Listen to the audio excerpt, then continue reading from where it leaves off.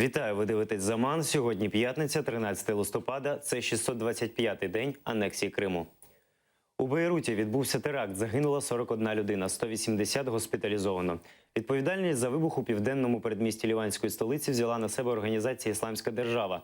За інформацією очевидців, терористи приїхали на площу, де відбувся теракт, на мопедах для кур'єрів. Того вони не привернули до себе уваги. Мы не сразу поняли, что произошло. Выглянули на улицу, люди бежали в панике. Они не знали, что делать, и метались в поисках спасения. Наши клиенты спешно покинули заведение, улица быстро опустела. И вот минут через 5 раздался второй взрыв. Эти жестокие безумцы специально выжидали, пока люди вновь соберутся, чтобы помочь пострадавшим. И рванули снова. Здесь только жилые дома, магазины и закусочные. Ісламська держава пригрозила, що невдовзі прийде й до Росії проливати кров. Однак влада Російської Федерації заявила, що не реагуватиме, поки не впевниться, що відео справжнє.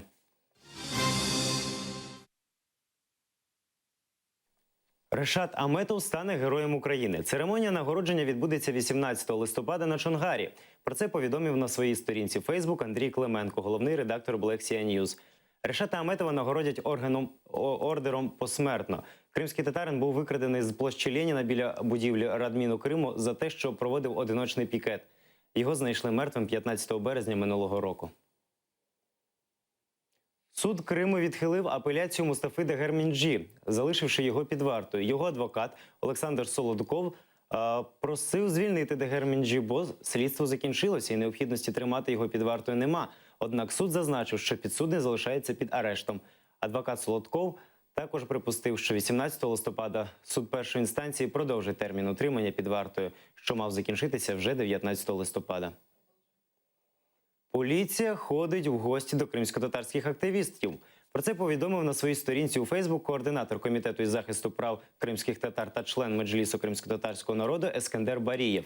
Російські слідчі приходять до будинків кримських татар під різними приводами і збирають інформацію. Зокрема, записують дані активістів про місце їхнього народження, роботу до приїзду в Крим, дату приїзду, про вид діяльності на даний момент.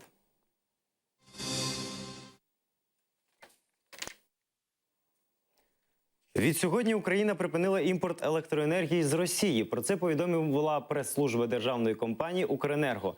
Відтепер потреби України електроенергії забезпечуються за рахунок власних потужностей. Це пов'язано із включенням 3-го енергоблоку Рівненської атомної електростанції. Раніше саме необхідністю імпорту електрики з Росії пояснювали постачання енергії з Херсонщини до Криму. Але Україна буде і надалі постачати електроенергію в Крим. Про це заявив міністр енергетики та вугільної промисловості Володимир Демчишин, відповідаючи на запитання голови Меджлісу кримськотатарського народу Рефата Чубарова. Пане міністре, завершується угода, яка підписана вами у грудні з Росією. Ви знову маєте намір підписати угоду, щоб постачати електроенергію окупантам в той час, коли десятки кримських татар в застінках ФСБ. Рішення по поставці електроенергії в Крим – це було рішення Кабінету міністрів. Я ще раз буду в цьому році виносити на продовження цього договору. Тому що я переконаний, що для того, щоб повернути цю територію в Україну, ми повинні з людьми, звичайними людьми, які там проживають, відноситись адекватно.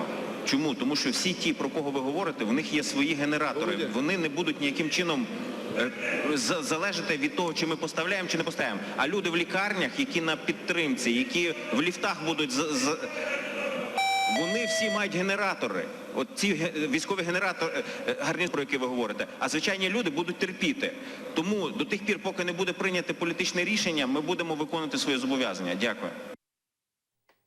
У Севастополі група молодиків грабує людей біля банкоматів. Останнім часом біля деяких терміналів стоять підлітки з масками на обличчях. Коли люди знімають гроші, зловмисники нападають на них і відбирають гроші. Один з таких випадків зафіксував автореєстратор.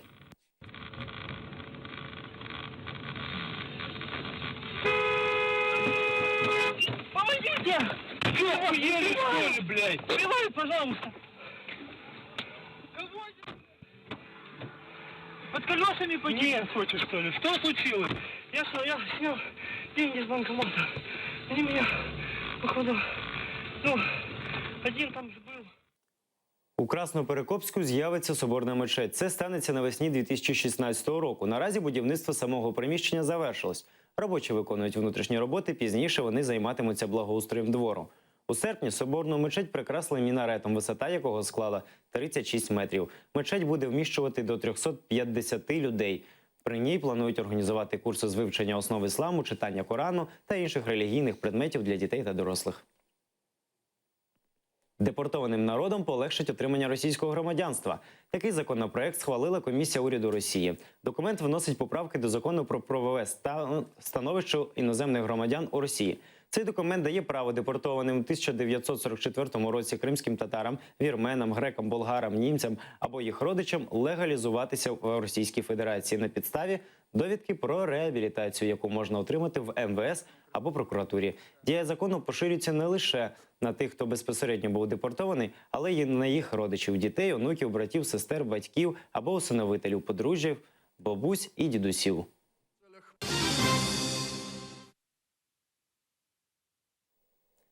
Сьогодні 58-й день громадянської блокади Криму. Як проходить акція, розкаже наш журналіст Гульсум Халілова.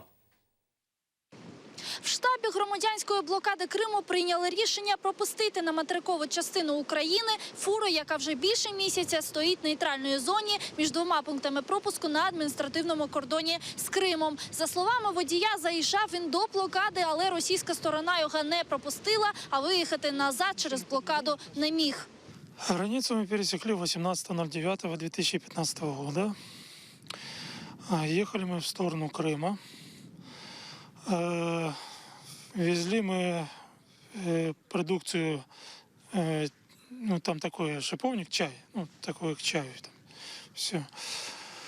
И получается, что нас украинская сторона пропустила, мы проехали, а в Крыму россияне нас вернули назад.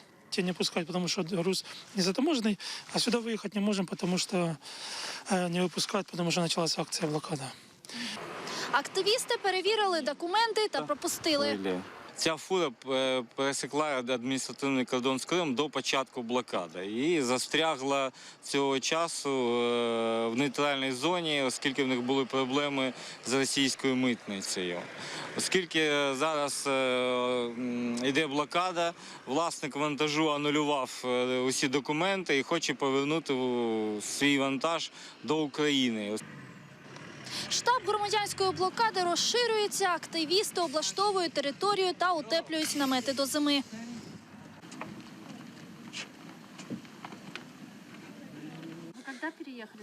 Крім цього, учасників акції підтримують мешканці сусідніх сіл. Нещодавно сюди привезли баранів.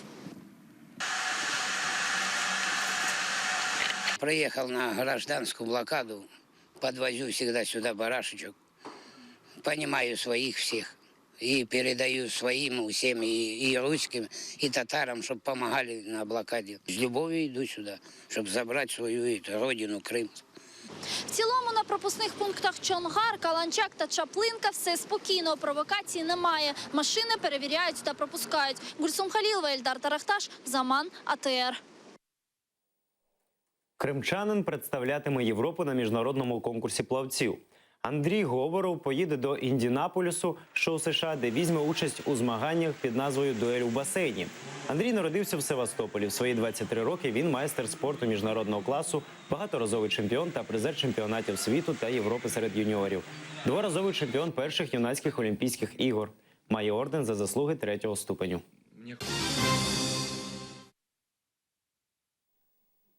Одеський Іллічівськ стане Чорноморськом. Таку назву міста підтримали 348 учасників громадянських слухань.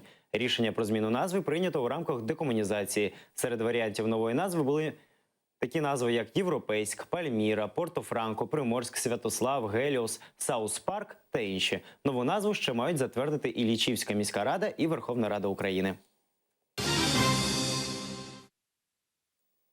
У Києві відкрили фотовиставку «Обличчя переселенця».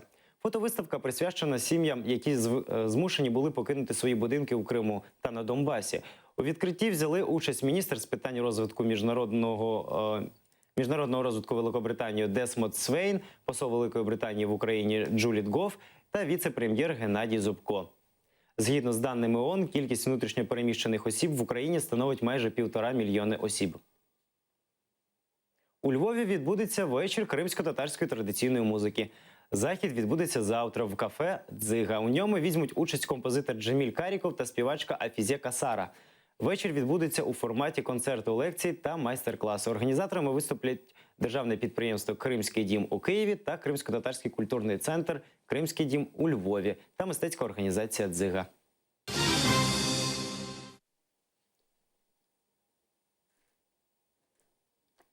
Чорний квадрат Казиміра Малевича.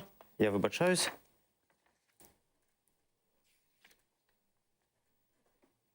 Сьогодні лідеру кримсько-татарського народу Мустафі Джемілєву 72 роки.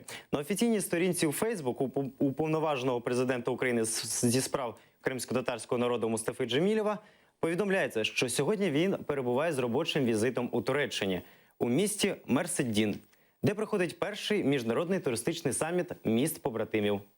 Його вирішили привітати деякі люди.